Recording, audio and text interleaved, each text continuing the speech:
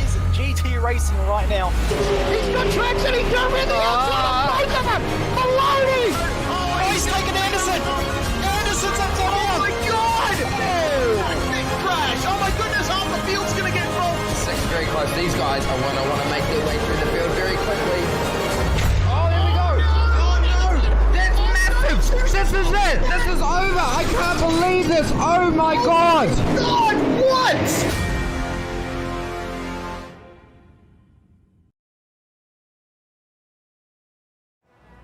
Welcome one and all to SimSpeed TV.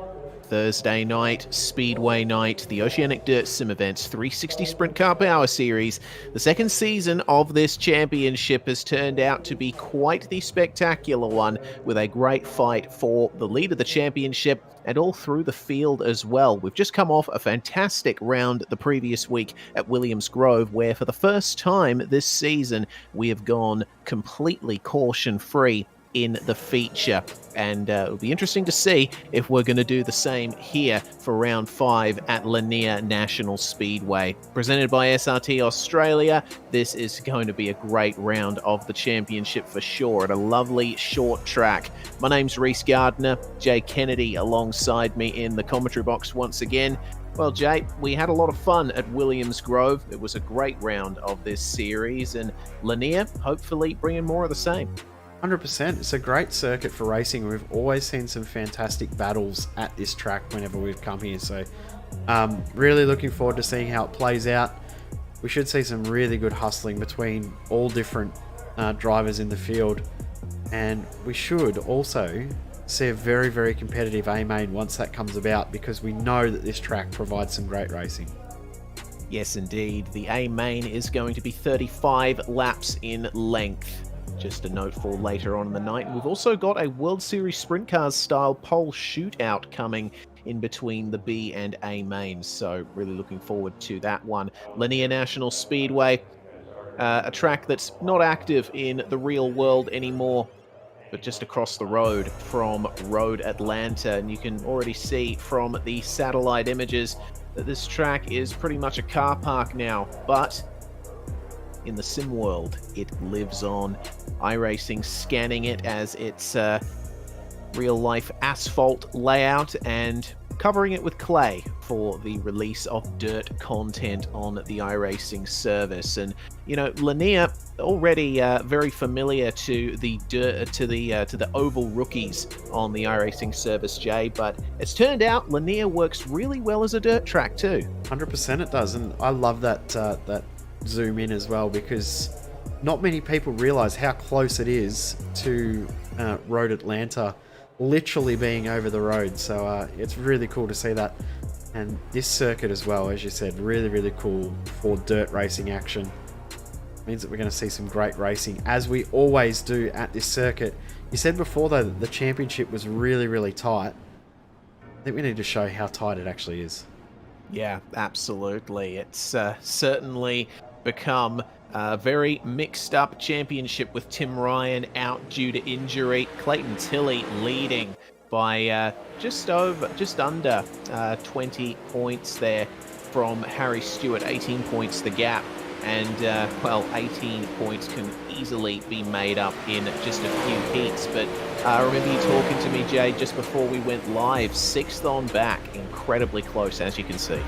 Yeah, 9 points separating 6th and 8th, and the gap from 5th to 9th is what, 40 something point, 46 points. So very, very tight field as practice ends. They've all had a couple of laps of practice. We get into qualifying. We're ready to get this night underway. We are indeed 3 minutes of qualifying time, and each driver gets 2 laps around Lanier with which to set their quick time. And the quick time is going to come away with $2.50 in cold hard cash, thanks to the supporters of this championship. Let's see what they can do as we have the first cars out on track now. Harry Stewart among them. Drivers like Jamie Budd, Max Lumsden, Daniel Selleck also out on track as well. The first lap times are going to start coming in very shortly. We'll get an idea for who is going to set the pace. Scott Reed currently on a lap at the moment. running the low line as you would at this stage of qualifying, and Reed goes to P1, just pipping Harry Stewart and Max Lumsden. Max Bevan putting in his first lap time to go into P2. Jacob Dixon up to P6. Daniel Selleck to P7. The second lap done, and Scott Reed has been pipped by Clayton Davies. 11.744. So Clayton putting in a really good run there. There's Trent Gosley. We're waiting on his first competitive time to come in the number 4. Trent's looking for some good results here. Nathan Norman just missing out on provisional pole by 1,000th of a second. 11.73 for Trent Gosley. Goodness me, just going right for it, right for the jugular. What about nice Joel Berkeley? Great lap from Gosley. Yeah, Berkeley is going to be one that we need to watch, as he's only going to get one run at it, and you duck into the midfield there, so you'll be a little disappointed. 13th position. He said about the absence of Tim Ryan. There he is. He's here. Oh, one-handed. Okay. He's going to have a go. We did awesome. Harass him for not being out there last week and racing one-handed like you're forced to with no choice of your own. He's made that choice to hurt his arm, so he needed to get out there, so good on him. Yeah, good on Tim, trying to defend there that third place in the championship. Braden Miller for OBR Sim Sport, making his way around and using the high line to get a good run onto the start-finish straight. Sets a 12.4 for his first time, but goes lower for his actual hottest lap. And Tim Ryan, right at the end of the session, is out on track too, so we'll be getting a time from him shortly. Nice lap. 7.22 there from Braden Miller. Very nice lap indeed. But Brady Baldwin has gone to P1 on an 11.7. Ryan on his initial lap here. This is not going to be a competitive time, but switching down to the bottom, let's see how quick he goes. He always leaves it until the very last moment to set his lap times. One-handed Tim Ryan, let's see if he's lost much pace. That's an 11.700. P2 as Clayton Tilley gets the quick time right at the end of the session. Ethan Bastian is just making his way out onto the circuit now, but it's too little too late. There's only 4 seconds left. He's not going to make it across. No. Session done. Checkered flag flies. That means that we can get into our starting grid for race 1. We certainly can. It's Clayton Tilley and Trent Gosley on the front row for the first heat of the night.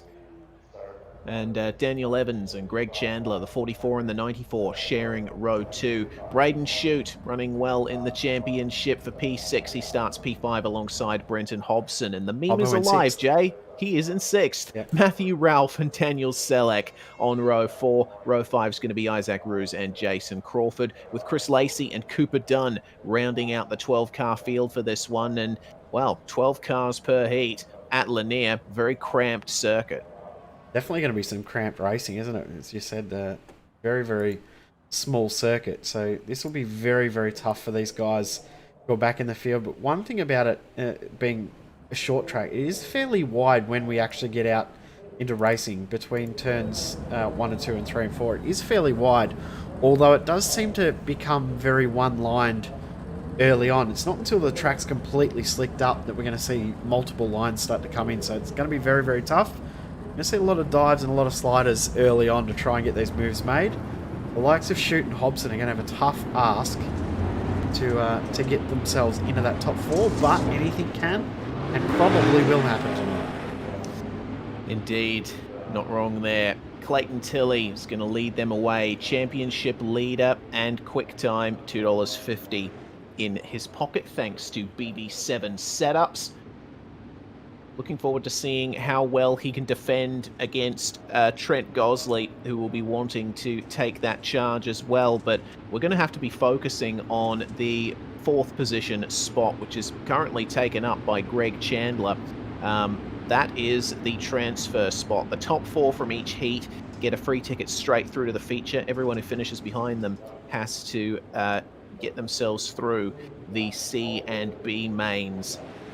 Green flag flies, and we are racing at Lanier. Clayton Tilley with a good lead coming into turn 1, and already Daniel Evans, oh no, he made contact with Chandler and Gosley, both of them taken out in spectacular fashion, and Daniel Selleck got involved in that as well. Through no fault of his own, he has to retire from that as well. But goodness me, Daniel Evans not a happy camper, and neither is race control. They've given Evans a black flag. Yeah, no surprise though, with that incident so early on. So transfer spot now is Matthew Ralph in, Isaac Ruse not. So Isaac Ruse is the one that needs to try and make a move as we end lap 3. And now, start 5 to go. And when this is fairly close, will we see Ralph be able to get through? Will we see Ralph hold on or Ruse get through? Yeah, good question. Oh my goodness, no. Chandler and Tilly, they came together. Tilly was encountering some traffic there with Chandler, and they've obviously made contact. Tilly's fallen all the way back now, and further contact with Jason Crawford.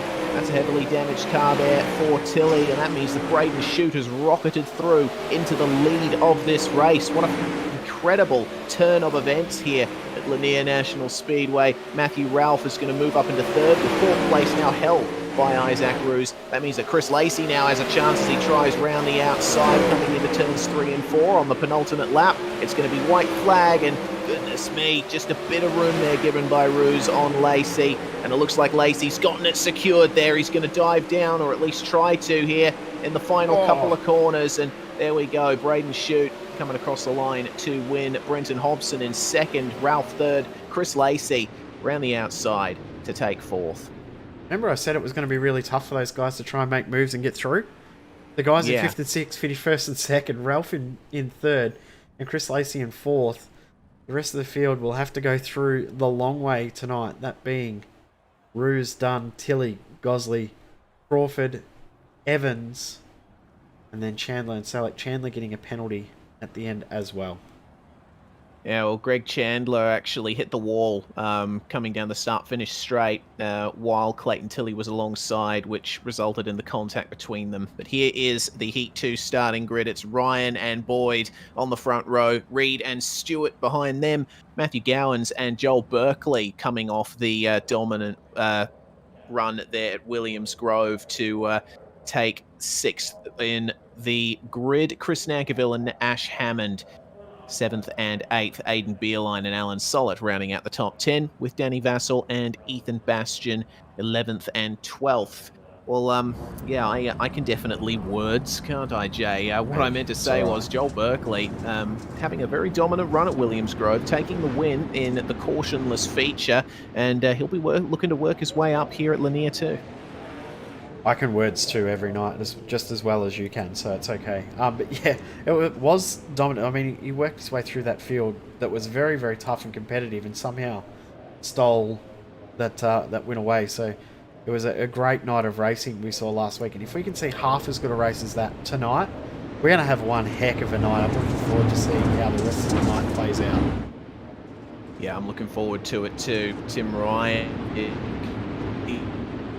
that formation lap, and I mean, these laps really go by quickly when you're behind the pace car. Such a short track here at Lanier, only 600 meters.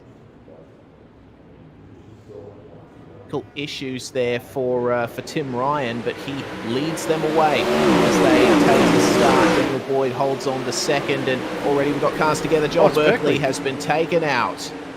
Yep, Berkeley upside down, so he's going to have to do it the hard way again.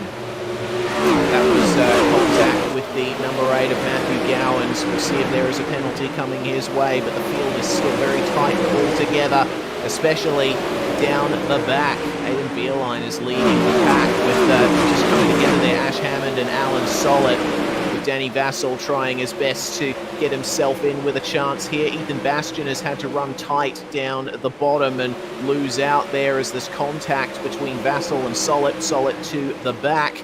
But Ryan is holding on to the lead here, and Danny Vassell is at the moment trying to make his way forward. Currently in 4th place, though, is Scott Reed, and Matthew Gowans and Aidan Beerline are really starting to pressure him. Yeah, Beerline, great job. Started 9th. He's already up to 6th. Starting to gain more spots as Harry Stewart has a dive on Daniel Boyd, and Boyd comes back at turn 1 and 2. So Stewart, I try and say Harry and Stewart at the same time, comes out as Hewitt. Harry Stewart now into 2nd, Boyd in 3rd. Scott Reed, he's trying to get a move done here on Boyd because he's worried about Gowans and Beerline, as you said before. Here comes Gowans, and Beeline's not far away as well as the white flag flies last lap. Yeah, and it looks like the outside line is starting to be favoured there as Scott Reed just got into the wall and hit Daniel Boyd as well, but Boyd escapes it. Tim Ryan's going to take the lead, Harry Stewart in second, and Daniel Boyd is just going to grab third there from Scott Reed. And, well, Matthew Gowans and Aidan Beerline were incredibly close, but unfortunately, no cigar. Yep, they were making contact across the start-finish line as Barney still waves the flag. I don't know who for, but he's still waving it. Ryan wins by a second over Harry Stewart. Boyd and Reed get through in third and fourth. Then we've got Gowans, Beerline, Hammond, Nankerville, Vassell, Bastian, and Solid all back in the field. Joel Berkeley, though, the big casualty from that one, he's going to have to go through the alphabet soup to get through. He'll be in the C main.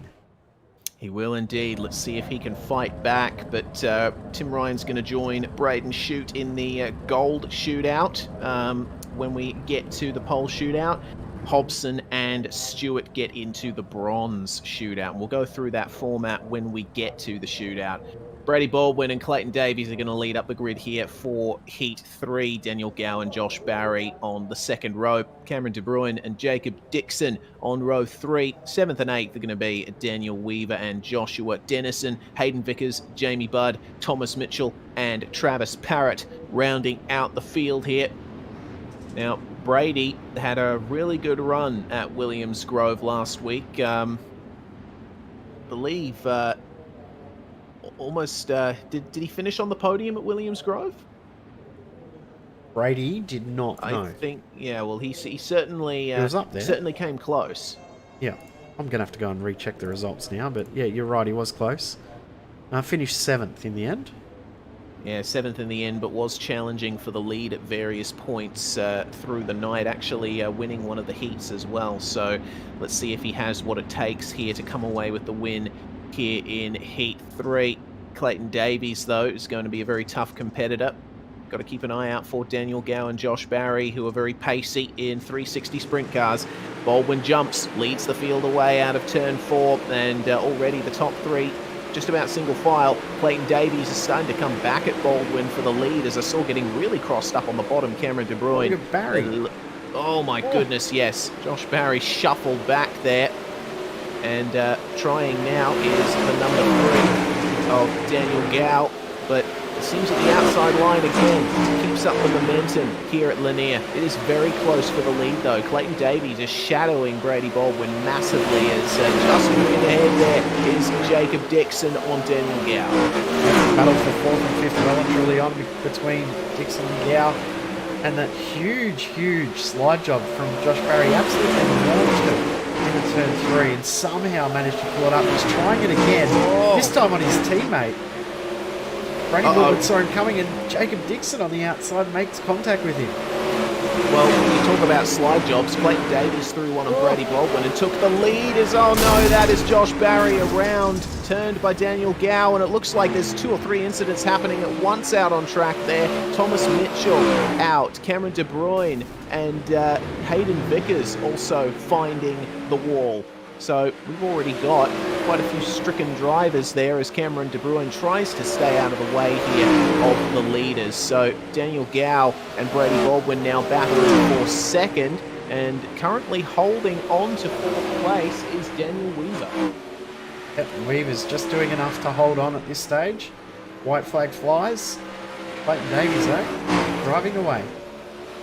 Yeah, he's doing very well there as Clayton Davies taking the win. He passed Brady Baldwin, did not look back. Daniel Gow managing to take second there from Baldwin, and Daniel Weaver holding on to 4th place there. Jamie Budd coming home a further 1.6 seconds behind, but man, there were a lot of casualties in that race. Cameron De Bruyne managing to come home with the car still running, but Jacob Dixon, Josh Barry, Joshua Dennison and Travis Parrott ultimately all retiring from that one. That is quite a shame for those guys. They've got a lot of work to do here for the rest of the night. Heat 4, though, on screen at the moment. Braden Miller and Nathan Norman on row 1. Max Bevan and Max Lumsden, the 2 Maxes sharing row 2. Brad O'Brien and Daniel Hardigan. That is quite the stacked row 3 there. Can't wait to see what they can do in this 4th heat. Joe Daly and Sean Stevens on row 4 with Lachlan Barberry, Alex Attard and Jason Burke rounding out the 11-car field. This is going to be the final heat of the night. Tell you what, how's that? Row 2, the 2 Maxes, and row 3 we've got the 2 77s. Yeah, we have indeed. I love dirt racing, the fact that you can have 2 or more cars sporting the same number certainly makes life a little bit more difficult for us up in the commentary box, doesn't it? At least they're running different liveries. Yeah. I remember one race we had, one race we've done in this series, like in an ODSE event, I think we had 5 drivers with the same number. I think it was 15. I think we had 5 or 6 drivers that all wanted the same number. So it's cool that we can work a way to get that to happen. Because you know, as you say, in real life, we see dirt events where everyone wants the same number, or multiple drivers want the same number, and to be able to facilitate that, albeit cheating a little bit, but we make it work and make it look like it should in real life. Indeed we do. Well, Braden Miller in the hot seat here as we're preparing for the pace truck to come on in. Miller just needs to nail this start. Nathan Norman needs to keep up with him, but he got a very bad run off the start with a massive run there on the inside from Max Bevan. He gets a bit crossed up though on the slick line, which allows Brad O'Brien a shot at it as the field fans out. We had a car in the wall at the back. That was Joe Daly coming a cropper. Yep, so Daly's way back in the field. Attard and Burke also back in the field a little bit, but it's well and truly on here. 7 cars all within nothing at the moment. It's a horrible run there for Bevan. He's lost 2 spots.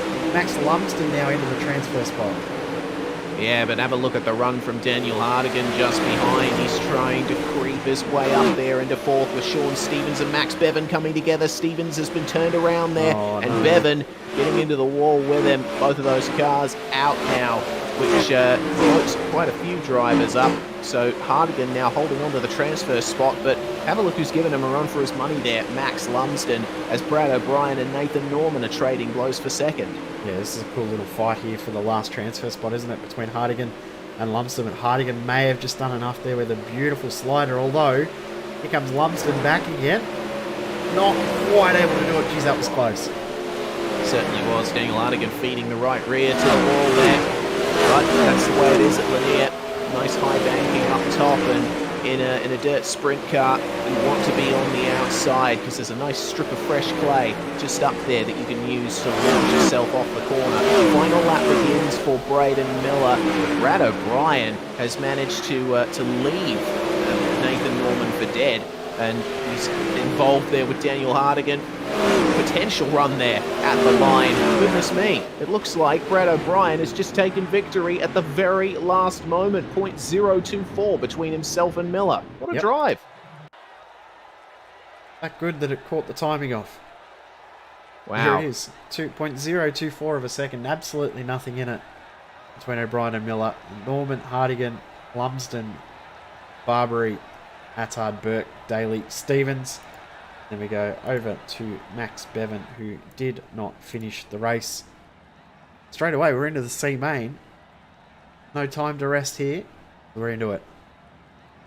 Indeed, we are. And Max Bevan has not escaped the wrath of the stewards for that incident. He's been given an end-of-line penalty for the start of the C main, along with Daniel Evans and Greg Chandler carrying over their penalties from their heats. But it's headed up by Jason Crawford and Danny Vassell, Jacob Dixon and Joe Daly on row 2.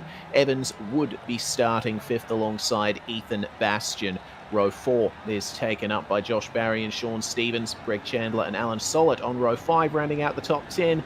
Joshua Dennison and Max Bevan on row 6, with Joel Berkeley starting all the way down there alongside Daniel Selleck and Travis Parrott rounding out the 15-car field. So the top 2 transfer through to the B main, which means that if Joel Berkeley wants to keep his night alive, he has got an awful lot of work to do over the next 10 laps. It's a huge amount of positions he's got to gain in only 10 laps. But if anyone in this sort of field that could do it, it is something that we could see Berkeley do. Tough ask for him, though, from so far back to try and get his way forward through the field. There he is. You'll end up starting 12th with the drivers getting end-of-line penalties. That's 2 extra positions, but it's still going to be a tough ask. Green flag flies, away we go. Well, it's been very tough racing here at Lanier as Jason Crawford leads the way into turn 1. We go briefly 3 wide for second. Danny Vassell with a magnificent run gets through on the inside. We've already got a car in the wall, and that is Joshua Dennison, who has been tapped wide there. It looks like... Oh no! Oh dear, Danny Vassell into the wall as well. Looks like Dennison made contact with Sean Stevens. That's the reason he went out. But it's Josh Barry that's moved up to the lead, and Joel Berkeley has already managed to work his way up to third. It's a fantastic run from a lot of drivers in this race so far. Ethan Bastian and Joe Daly changing positions there for 4th and 5th. But Jacob Dixon is going to have to watch his back here because Joel Berkeley is really starting to advance and he's looking comfortable on the inside line. Definitely is. He's making it work quite well at the moment, isn't he? That lap there was the second fastest car on the track. The only car faster is the leader being Josh Barry, who of course got shuffled out of his heat as well, as he just saw a car in the wall in the back of shot. But Dixon now going to the inside to see if he can get something to work. Forces Berkeley to try the outside now. This is going to make things very, very interesting. Past the halfway point, 4 to go. Berkeley going down to the inside to shadow Jacob Dixon. Let's see if he can... it looks like he's preferring the high line out of 3 and 4, trying to get the run down the start-finish straight. Dixon's looking pretty comfortable there. 3 laps to go as Josh Barry continues to hold on to the lead here. This is going to be the difference between Joel Berkeley and Jacob Dixon going home. But have a look at Ethan Bastian starting to rear up behind them. This could be a 3-way battle for second as we are on the final lap now. Just about. Josh Barry is going to cross the line to start lap 10 as Ethan Bastian gets into the wall, and I think that's the run killed. Jacob Dixon, though, holding on versus Joel Berkeley, but Berkeley getting the run out of 1 and 2. Dixon, though, holding on. It might be a side-by-side finish. Josh Barry crosses the line, and Jacob Dixon is going to take second. Joel Berkeley smashing it into the wall in frustration. Yep, and the fact that he's already missed 1 week, and there's only 1 drop round, that is basically ended his championship run. Just from that 1 result. Absolutely heartbreaking for him. But the night is done. That is a huge shame there for Joel Berkeley as well as Ethan Bastian. Daniel Evans, despite his end-of-line penalty, works his way back up to 5th. Joe Daly in 6th. Selleck, Parrott, Bevan and Stevens rounding out the top 10. But not the greatest of nights for Alan Sollett, Crawford, Vassell and Dennison all coming with retirement there in the C main. Greg Chandler managing to hold on to 11th. Wow, the racing is turning out to be very dramatic tonight as we check out the starting group for the B main. The top 2 from the previous race transfer through into this one. Roos and Gowans are going to lead them away. Jamie Budd and Max Lumsden 3rd and 4th. Cooper Dunn, Aidan Beerline on row 3. Thomas Mitchell and Lachlan Barberry 7th and 8th, with Clayton Tilley and Ash Hammond rounding out the top 10. The championship leader, Clayton Tilley, starting a bit back there. Vickers and Attard are going to start from row 6.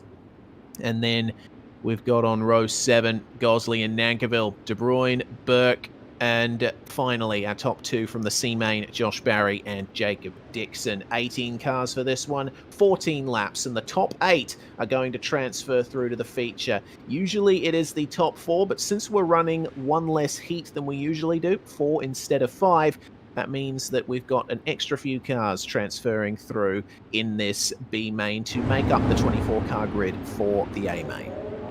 Glad you said that, because I was about to put the graphic on to show that the top 4 went through, so I could quickly do a quick change around. Well done, thank you. Now, you can't discount the likes of Barry and Dixon. Remember last week we saw, was it last week or the week before, we saw drivers from the C main get through to the A. So, for those guys, great launch up the front. Yeah, but looks like Isaac Roos has not been able to stymie the run from Matthew Gowans. He holds the middle of the road, and you see how slick it is down on the bottom as there's a car around in the back, 3 cars around. Dixon, Burke and Vickers. So Jacob Dixon already massively compromised here. He's lost his front wing along with Jason Burke. but this field is so tight, and oh my goodness, phasing through Thomas Mitchell was Cooper Dunn. Slick at the moment that everyone out there is struggling massively for grip. Clayton Tilley is working his way forward. He's up to 7th. Thomas Mitchell taking 4th from Cooper Dunn. Oh, no. But Tilley, oh Tilley's in the no. Oh no, Clayton Tilley coming together there with 2 cars, Trent Gosley being one of them. So that might as well. Yep. Gosley and Lumsden, we would have expected them in the A main for sure. So it's definitely a night of missed opportunities for a lot of drivers here. Matthew Gowans, though, still holding on to the lead of this one, but a move for second by Aidan Beerline on Isaac Roos. We see Thomas Mitchell just behind, trying to get it done. Oh no, Beerline coming together there with Isaac Roos. Roos turning in there into turn 3. And Beerline on the inside. There's just nowhere for him to go. Beerline trying to hold on here as it's a 3-pronged assault from Thomas Mitchell, Alex Attard and Cooper Dunn. What an incredible race here as this contact between Attard and Beerline, nearly making it 4 wide out of turn 2. Incredible. I'm sure these guys do realise it's top 8 going through, because they are racing like it's only top 2 the way this fight is going. Great battle between Beerline, Mitchell, Attard, Dunn and Roos right now. And closing in as well, Lachlan Barberry is getting on the back of this train. So we've got 6 cars. You can throw a blanket over all of them as Dunn and Roos, Barberry, all involved. Cooper Dunn, he's out as well. Oh my goodness, what a messy incident that was. And so ultimately that has promoted Cameron De Bruin into 8th place. Ash Hammond is going to fight him here for it though, as coming on to the start finish straight, a great lead for Matthew Gowans. He is dominating this one as we check out this 3-way fight. What fantastic racing we're seeing between Jamie Budd, Cameron De Bruin. Oh no, looks like contact there for Ash Hammond. He's been shuffled out. Yep, Hammond and Budd, De Bruin all make contact there, and that's shuffled those guys back. And Hammond now not in the transfer spot. Lead for Gowans is still starting to grow, but the battle for second continuing on. And it's the same guys that we saw before. They're still going at it. Oh, just the final lap 2, bumped wide as Alex Attard by Aidan Beerline. Matthew Gowans taking victory, but oh my goodness, just scything his way through there was Thomas Mitchell to take second, as Beerline and Attard could not leave each other alone. Clayton Tilley recovering from the incident earlier to finish in 5th. Josh Barry making it up to 6th. Cameron De Bruin in 7th, and Jamie Budd rounding out the top 8. Ash Hammond missing out by 1.2 seconds there. The rest of our field, Chris Nankerville is going to round out the top 10, with 11th place being Lachlan Barberry, Cooper Dunn and Jason Burke 12th and 13th. Hayden Vickers coming home in 14th, but our retirements, Jacob Dixon, Isaac Roos, Max Lumsden and Trent Gosley, all 4 of those drivers probably deserved to make their way through in that one, but just coming together on the slick track. A lot of drivers dropping like flies tonight.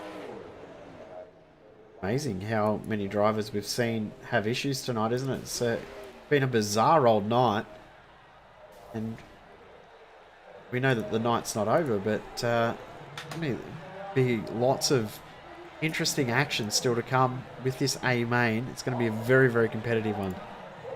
Yeah, certainly is. We've got the pole shootout coming very shortly, and do we have a read on how long it's going to be before the pole shootout? Negative. I'm guessing they're just sorting the drivers out right now, and I can start to see some drivers that are about to start heading out onto the track. Harry Stewart's about to leave his pit stall and head to the front, so a few drivers starting to come out. You can see Daniel Hardigan making his way forward now. So the bronze shootout is going to start very shortly, and for Daniel Hardigan, he's actually not going to be a part of this. The bronze phase of the shootout, which is World Series Sprint Cars style, is going to be position 2 from every heat. Hobson, Stewart, Gow and Braden Miller. They're all going to jump out onto the circuit, and it's not going to be a race between these drivers. It's going to be more of a time trial. There's going to be 3 racing laps. The first lap is going to be a warm-up, and the last 2 laps are timed. And the fastest 2 drivers from each section transfer to the next. So the 2 fastest guys from this one are going to go through into the silver shootout, where they'll be facing off against Clayton Davies and Brad O'Brien, the winners of heats 3 and 4. Yep, and that leaves the gold section at the end, the winners of heats 1 and 2. They will go up against the 2 winners from the silver group. Is Braden Miller, first driver to start a lap. He started a little bit slow, but he's going to basically go for that 1 lap at the end. Right then, let's see what kind of times these drivers set. The first lap coming in for Braden Miller, 15.2, and I think that's more of a warm-up. Harry Stewart to a 14.9, 14.051 for Brenton Hobson, 13.6 for Mr. Daniel Gow. We're going to wait for the next times to come in, get a better line of it. Harry Stewart, 13.3, 13.4 for Brenton Hobson, a 13.5 for Daniel Gow. That's it. So Stewart and Miller move through. Hobson and Gow, they'll start 7th and 8th in the A main coming up very soon. Yeah, they will, but they'll also be facing off there, Stewart and Miller against Davies and O'Brien in this next phase. It's going to be very difficult to set ever quicker lap times with just how slick the track has been getting. That slick line is now stretching all the way across the circuit through the turns, and the only fresh clay you can really see is all the way down at the bottom, all the way up at the top, and probably from the low to mid-track down the straights. So the drivers are going to have to be careful. Definitely, and this is also a good little point that the drivers that were in the A main, in Heat 1, Heat 2, get a little chance to see what the track's like now in comparison to what it was when they were last out there. It's so different now to what it was so many laps ago, so many races ago. It's a completely different circuit out there now. Yes, indeed. Starting to get some times in. 13.4 from Harry Stewart to start things off. 13.5 for Clayton Davies. He's running very closely there behind Gow.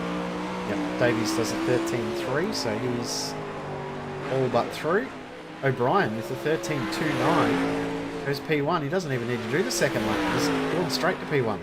Yeah, and Harry Stewart going to P2 as well, so looks like that might be all she wrote unless we get a surprise from another driver, but looks like all of the drivers are done now. So Brad O'Brien and Harry Stewart are going to move through now to the gold phase of the shootout, where they're going to be going up against Braden Shute and Tim Ryan, and this is going to be the run for pole position. Yep, Braden Shute now starting to move off. He will come up, start his lap. Such a weird pit lane here. It still throws me. I remember the first time I got on iRacing over 10 years ago to do my first Legends lap around here, and I kept getting black flags for unsafe pit exit, and I had no idea why. It took me a long time to work out how I actually got out on the circuit here. Yeah, it's a bit difficult here at Lanier. The pit entry is you basically got to do an entire lap in the pits before you go back out onto the circuit. As now we have the times starting to come in here from the gold phase of the shootout. Braden Shute running the high line where there's just a little bit of fresh dirt up the top. 13.9, 13.7 from Stewart and O'Brien respectively. Shute's fast lap first up as a 13.3, a 13.2 for Tim Ryan. Straight to the top, so Shute and Ryan the fastest so far. Let's see if Brad O'Brien and Harry Stewart can pip them. Stewart going to P2 for the time being. in the time from this particular session. So, yeah, whoa, there we go. Stewart to a 13.271, but then a 2.65 from Braden Shute and a 13.1 from Tim Ryan. Wow, incredible pace from those guys, and that is all she wrote. That is the order we're going to have. It actually is all settled down into the correct order as well, which means that we can put up a graphic on how they're actually going to start. Yes, indeed. There's no invert in this series, so man, I cannot believe how intense that competition is for the pole shootout, and once again, just how quick Tim Ryan is, even dealing with injury. But you see how close the gap is between Ryan and Shute for pole position. I'm looking forward to seeing if they can have a grand old battle for pole position in the midst of a grand battle for P1. I'm getting a little bit confused here in this 35-lap feature, but we know that Tim Ryan is very strong on race pace, and he's very strong on restarts as well, so I think it's going to be his race to win for the most part. 100% agree. It's going to be tough for anyone else to battle with him, but if they can hold on and just get a restart in their favour, you never know what may come about from these races. It's always some sort of curveball that does come up at some point. I'm looking forward to seeing what does happen. It's not going to be as easy as we think for Tim Ryan. Of course, being injured as well means that, you know, it might not play all in his favour as well. Well, checkered flag flies, and we're about ready to go. We are indeed. Advancing to the next session is race director Bob King, and going to get ready now for 35 laps at Lanier. And the cautions are going to be active in this, which means, considering how incident-filled the heats are, we might be here for a while, Jay. Fingers crossed we won't be. But you're right, there is a chance that we might see a little bit of action. Hopefully we don't get to the point where we have to use the 65 total laps and we just keep with our 35 green flag laps.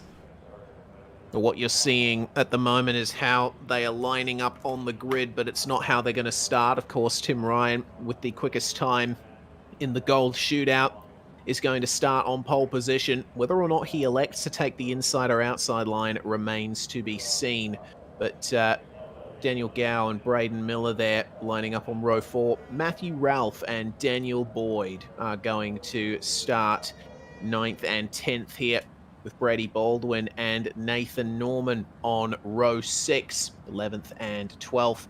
Starting out at 13th is going to be Chris Lacey alongside Scott Reed, Daniel Weaver and Daniel Hardigan, the two Daniels. On the 8th row of the grid, 9th row is going to be Matthew Gowans and Thomas Mitchell.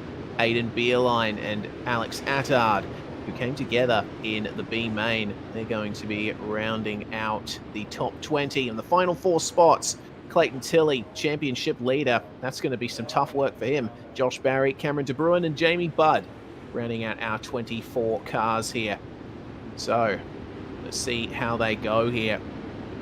Coming towards the end of the first formation lap, it looks like Tim Ryan is going for the outside lane start. I'm not too surprised by that, to be honest. I thought that the outside's probably got a little bit more grip. But there's not much out there at all as the green flag flies. 35 laps on the board. And Ryan already scything down to the bottom to protect the run from Braden Shute. Look at the run on the outside from Brad O'Brien. He's working that high line very nicely at the moment. He seems pretty comfortable up there, and pretty much everyone else going down to the bottom. Ryan continuing to hold on to the lead as O'Brien shifts on ahead of Braden Shute and up into second place, as Shute and Stewart really close together at the moment, as there's just little bits of contact happening throughout the back of the field. Daniel Boyd heading up a great pack as, oh no, that is a big problem there. The 8 of, I think, Daniel Evans coming together with the number 96. Oh, that's dangerous. Caution's out now. I was going to say the caution will probably have to fly here because they weren't able to get away. No, it was Gowans and Barry that were interlocked, and They've both now since escaped, but unfortunate. Interesting, I've just noticed Hobson's dropped a long way back from where he started. Of course, he started 7th. Now back into 11th position, so he won't be too happy with that. No, certainly not. So an awful lot happening in those first few laps there of this race. We're currently on lap 4 of 35. We're going to take a couple of laps break here before we resume racing, but I think what we can take away from this is that Tim Ryan is holding onto that lead very nicely, but I'm really impressed with the run from Brad O'Brien. He is suffering some technical issues, though. You'll probably see him blinking a little bit here. That might just be on my end. No, I've seen it too. Okay. Well, O'Brien is going to have to keep an eye out here. It looks like we're not going green for the time being as the field moves up. Nathan Norman is going to... oh, I thought he was going to retake his position at the back of the grid. Oh, he just pulled out a little bit, but now he's making his way back around. He's been waved around the pace car. Of course, he was involved in the incident that brought out the caution, so rear of the field start for him as Tim Ryan switches back to the inside for this first restart of the feature. A restart after completing 4 laps. 31 green flag laps to go. Across the line. I do like how the green flag laps are leading out. It makes it a lot more exciting of a night of racing as Ryan gets a great launch and Braden Shoot on the inside line also getting a great start. Well, let's see if the top runners can keep the momentum up. Clayton Davies has joined Brad O'Brien and Tim Ryan up there as O'Brien around the outside of Shoot. Shoot and Stewart continue to be locked together as we see the number 3 of Daniel Gow starting to make a charge down on the bottom. Going to take it easy in these first few laps after the restart. Very easy for cars to come together. Davies is just holding on to the rear end of his car up there on the high line. Braden Miller currently fending off Brady Baldwin as well. This is a massive pack here behind our leaders. Yep, the front 2 look like they're safe at the moment. Braden Shoot, Harry Stewart, Daniel Gow back. That's an incredible little fight between all of them because they're all just there and all maintaining pretty even pace. And just behind them as well, 3 wide between Stewart, Davies and Baldwin. Fantastic stuff there. Braden Miller as well. Yes, indeed. Miller stuck down on the bottom as looks like Davies just got into the wall there. He's lost a few positions out of that, falling behind Daniel Boyd. Brenton Hobson trying to work his way back up. He's currently in 10th place. And have a look at Daniel Hardigan trying to make his way through in the middle. See if he can keep the traction going nicely. But goodness me, looks like Mr. O'Brien can't quite shake these guys behind him as Braden Shoot switches to the high line. See if he can try and get some form of advantage over Daniel Gow and Harry Stewart, who are still running down a bit lower. Looks like Daniel Gow having the advantage just for the time being. Brad O'Brien's dropped back, hasn't he? He's dropped back into the clutches of Gow, Shoot and Stewart, so his pace definitely isn't here in this second phase of the race as we hit past 1/3 race distance. 22 to go. And that battle for second is simply immense right now. It looks like the Aidan Beerline has pulled back into the pits. Unfortunately, it seems he's suffered an issue and he is out. But now, Daniel Gow making a run on Brad O'Brien, getting a much better exit out of turn 2 and shifting ahead of him. O'Brien clattering at the inside wall, and oh no, the blinking has messed up the drivers behind him there. Braden Shoot had to take some avoiding action to avoid getting into him. So a couple of positions lost there for him as well. Harry Stewart and Brady Baldwin now up into 3rd and 4th. And have a very tough time getting past O'Brien and those technical issues for the number 77 continue. Interesting to see that drivers are now starting to try through the middle as opposed to being right up the outside. There's not many drivers that are really on the outside wall between 3 and 4 anymore. They've come right back down to the middle. So obviously very, very limited grip right on the outside of 3 and 4 now. 1 and 2, they're still trying to work that outside, but it doesn't look like there's much grip anywhere through 1 and 2 anymore. Yeah, it's just a case of surviving through that turn. First bit of traffic for our leader, by the way, Tim Ryan, encountering Daniel Weaver up at the front. Ryan has to switch to the very high line to try and get some momentum to get past him, and he does, but he's lost a little bit of time to Daniel Gow as a result of that. Gow is going to encounter Weaver as well and probably have to back out of it, lose a little bit of time himself as we're nearing the end of the feature already. Lap 21 of 35. And Gow just not able to make any kind of impression there on Tim Ryan's lead, and that has brought Brad O'Brien back into contention, almost bumping the rear of Daniel Gow for second place.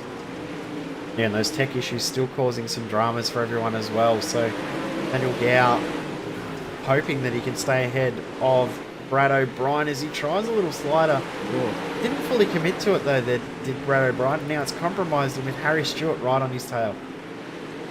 Well, it looks like Daniel Gow's shaken off Brad O'Brien for now and will probably get his way past Daniel Weaver now. The next bit of traffic for Tim Ryan is going to be Matthew Ralph running in position 20. Is goodness me, look at that battle further back.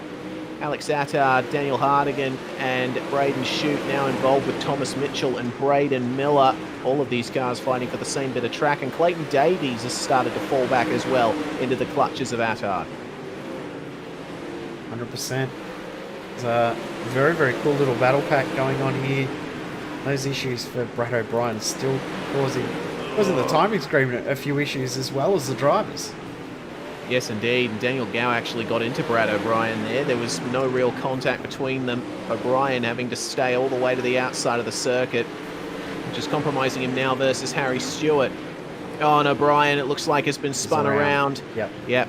Those technical issues, I could see that coming from a mile away, and the caution is out. So it's going to be a very quick dash to the finish now.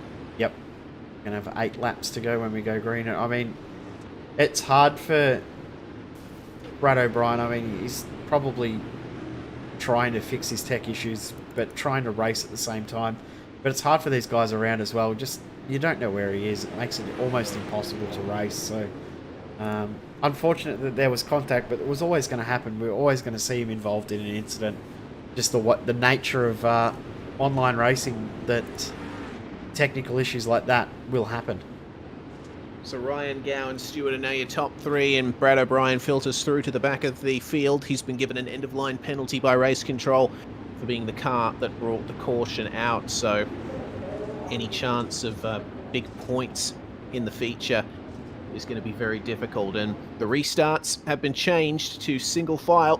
That's part of the Oceanic Dirt Sim Events rulebook. If there is a caution in the final 10 laps, then it's going to be a single file restart, which I think is going to give a big advantage here to Tim Ryan. We are getting back racing once again, and he gets a reasonable jump there. Daniel Gow moving to the bottom to try and gain some kind of advantage, nearly side by side with Ryan on the exit, but just not working. Let's see if Ryan then can hold on here to start lap 28. Down goes Daniel Gow. Really starting to pressure Ryan now. I can see this starting to become a problem. Ryan responds by going to the bottom.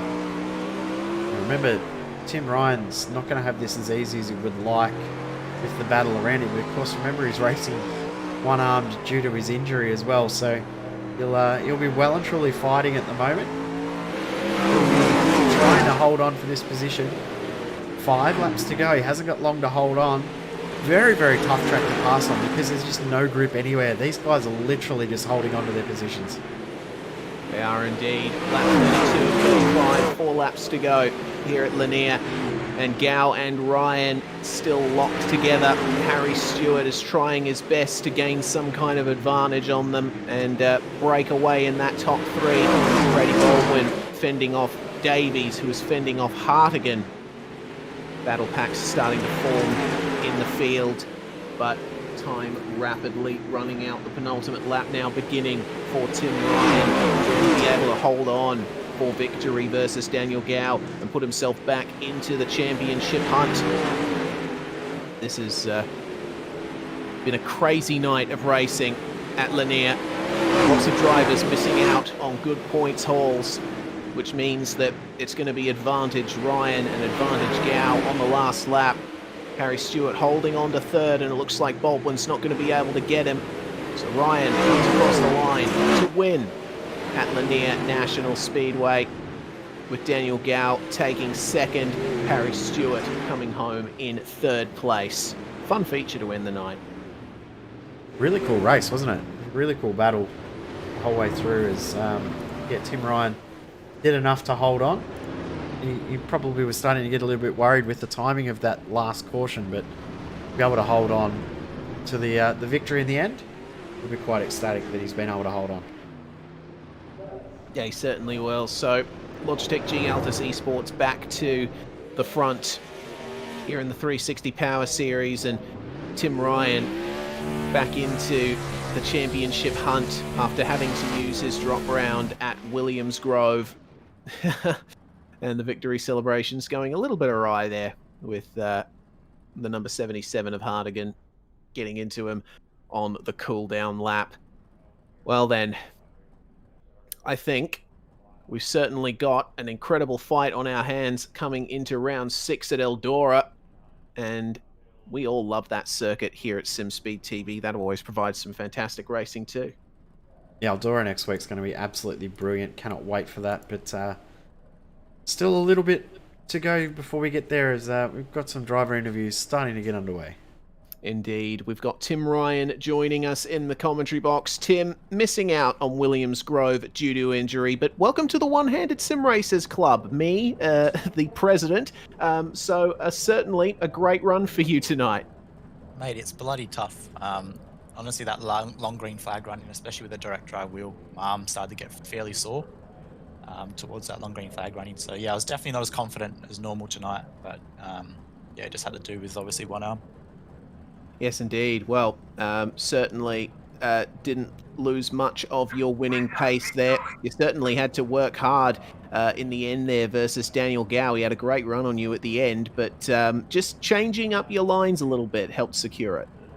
Yeah, the whole race, you probably, I don't know how much, I haven't obviously watched the broadcast back, but I was running all over the racetrack, just trying to manage the fuel. So I obviously wanted to burn enough to be running up the top, but with obviously one hand. It was pretty hard going up top because my arms were cramping up due to how rough the track is and how much you're wheeling the car. So through the middle was a little bit easier on my arms, but also wanted to try and waste the fuel so I wasn't be too heavy towards the end of the race. Well, either way, you managed to hold on, and I think with the track becoming as slick as it was through the turns, certainly required you to have a bit of a deft hand, not just on the car, but also on the setup too. Yeah, it's exactly right. Rolling it through the middle was more about throttle control, so you can be a little bit smooth with your hand inputs. And the biggest thing that I struggled with was being unable to move the wing throughout the race. So wherever I rolled out, I couldn't change it throughout the race because my tear-off button was the only one that I had really access to with my left thumb. Well, still, it is a win for you in the feature, which keeps you in the championship fight. Yeah, as I said, I just jumped on tonight to see how it was. It wasn't too bad, but this track is probably one of the easier ones to run. It's not as rough as, say, some of the tracks where you got to tear the wall down for 35 laps. But yeah, thanks for you guys for obviously broadcasting, Brady for putting on the league, obviously the team, Logitech G Altus Esports, our partners, Logitech G, Astro Gaming and VRS for all their support. And yeah, we'll see you guys next week, hopefully. Indeed, that's Tim Ryan there for Altus Esports, winner of the feature. Coming through in second place, a very strong finish for you, Daniel Gow, in the number 3. 7th place start, but managed to work your way up. Yeah, surprisingly. Wasn't expecting to do too well here tonight. I was just kind of hoping to make the show and finish where we started. Well, I think a very profitable night for you all up, starting 3rd in Heat 3 and finishing 2nd, so you must be very happy with your performance. Yeah, like as long as we keep going forward and don't go backwards, it's never a bad night. Yeah, certainly, and certainly a great haul of points for you coming into Eldora. What are your thoughts going into that round? Is it a track you prefer? Can we go to the last round already? Look, a fan of Eldora? I am, but Eldora is a very fast track, and I've never been too good at it with like in these cars in general. So I'm more than happy to just show up, do what I can, go home. Well, before we let you go, Gowie, is there anyone that you'd like to thank from your garage? I just want to thank the boys at Ace Esports, BK Designs, Cricky Motorsports, simrigs.com, Bob for killer setup, you boys for doing all this, and Bob and Brady for everything they do with the series. Daniel Gow, the number 3, finishing P2 tonight. Great performance once again. And final driver interview of the night, Harry Stewart. It was a very tough fight for you, Harry. You were involved massively in that podium battle, but still coming away with a third. You must be happy with that result. Pretty happy. It was a good race at the start there with Brad, Braden, and Gowie. So I just sort of tried to stick to my line through the middle and sort of went to the top, and I felt pretty good up there. Just following Brad with how his connection was difficult. So for me, he was in the fence every corner, so I had to keep lifting off and getting off the top. So just trying to figure out, not worrying about it and just not looking at him. On entry, it was pretty difficult, and then I think we just came together, and I honestly did not see him. So sorry for wrecking his race, I think. But happy to get the. Yeah, it's very difficult, especially on dirt, to be dealing with other drivers having technical issues. I mean, the way you have to drive on dirt just says it all. The fact that you have to slide through the corners basically means that you have to plan your trajectory quite a way in advance. And if there's a car blinking in front of you, it's very hard to plan ahead. Yeah, it's probably one of the more difficult things on iRacing, just including actually racing on the slick track with all the power that the sprint cars have, and not just crashing yourself while trying to mind someone else that's blinking. So I think everyone else was probably getting a bit annoyed with it too, but just unfortunate that it was happening and we came together. And before we let you go, just going back briefly to the shootout, we did a WSS-style shootout for this one, and you had to do more work than most there. You started in the bronze and managed to work your way through into the gold. And what was that experience like for you, especially with experiencing the track as it was gradually slicking up?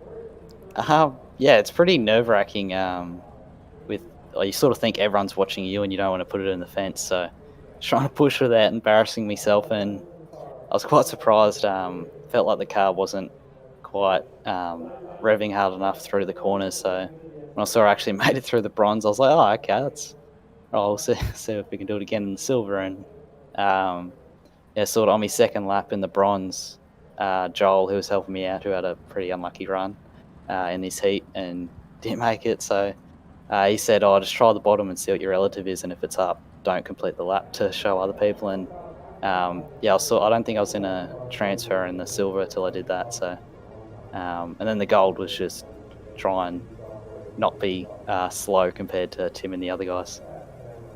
So what's your goal for Eldora? A top 5 would be nice, but sort of been struggling on the qualifying. So got good pace when it's slick, just qualifying sort of preventing us from starting on the front row sort of in the heats, which sort of got lucky tonight, but other rounds sort of been unlucky with getting in carnage in mid-pack. Well, either way, certainly wishing you all the best for the remaining rounds of the season. Before we let you go, Harry, anyone you'd like to thank? Any shout-outs? Just everyone at United Sim Sports, Joel and Lewis, and Brad and Damo for helping out spotting, and Natrad Radiators and Auto, Harrop Engineering, KCLD Cleaning, West End Mazda, and Brady and Bob for putting on the league.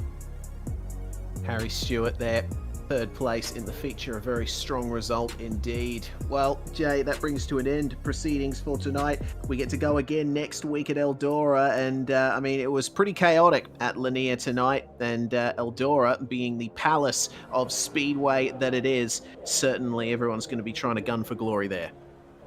100%, it's going to provide some great racing, it always does. And I'm looking forward to the show next week. Bring on Eldora, because every single time we've been there in this series or the 410 series or any other series, it has provided some brilliant racing. Cannot wait for next week. Looking forward to it. As am I, and we hope that you are too. Thank you very much for watching across YouTube, Facebook, and Twitch. here on SimSpeed TV. And a big thanks once again to our series sponsor, SRT Australia.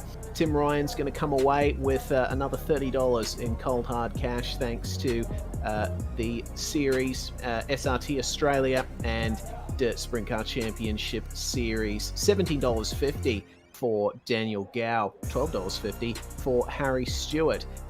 I'm Reese Gardner, Jay Kennedy in the commentary box with me tonight and directing.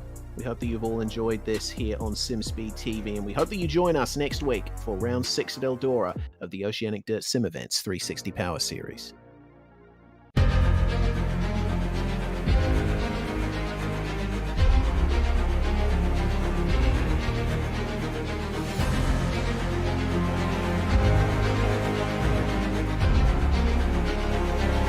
This is fantastic. This is GT racing right now. He's got traction, he's going around the outside of both of them! Maloney! Oh, he's taking Anderson. Anderson's up to Oh my god!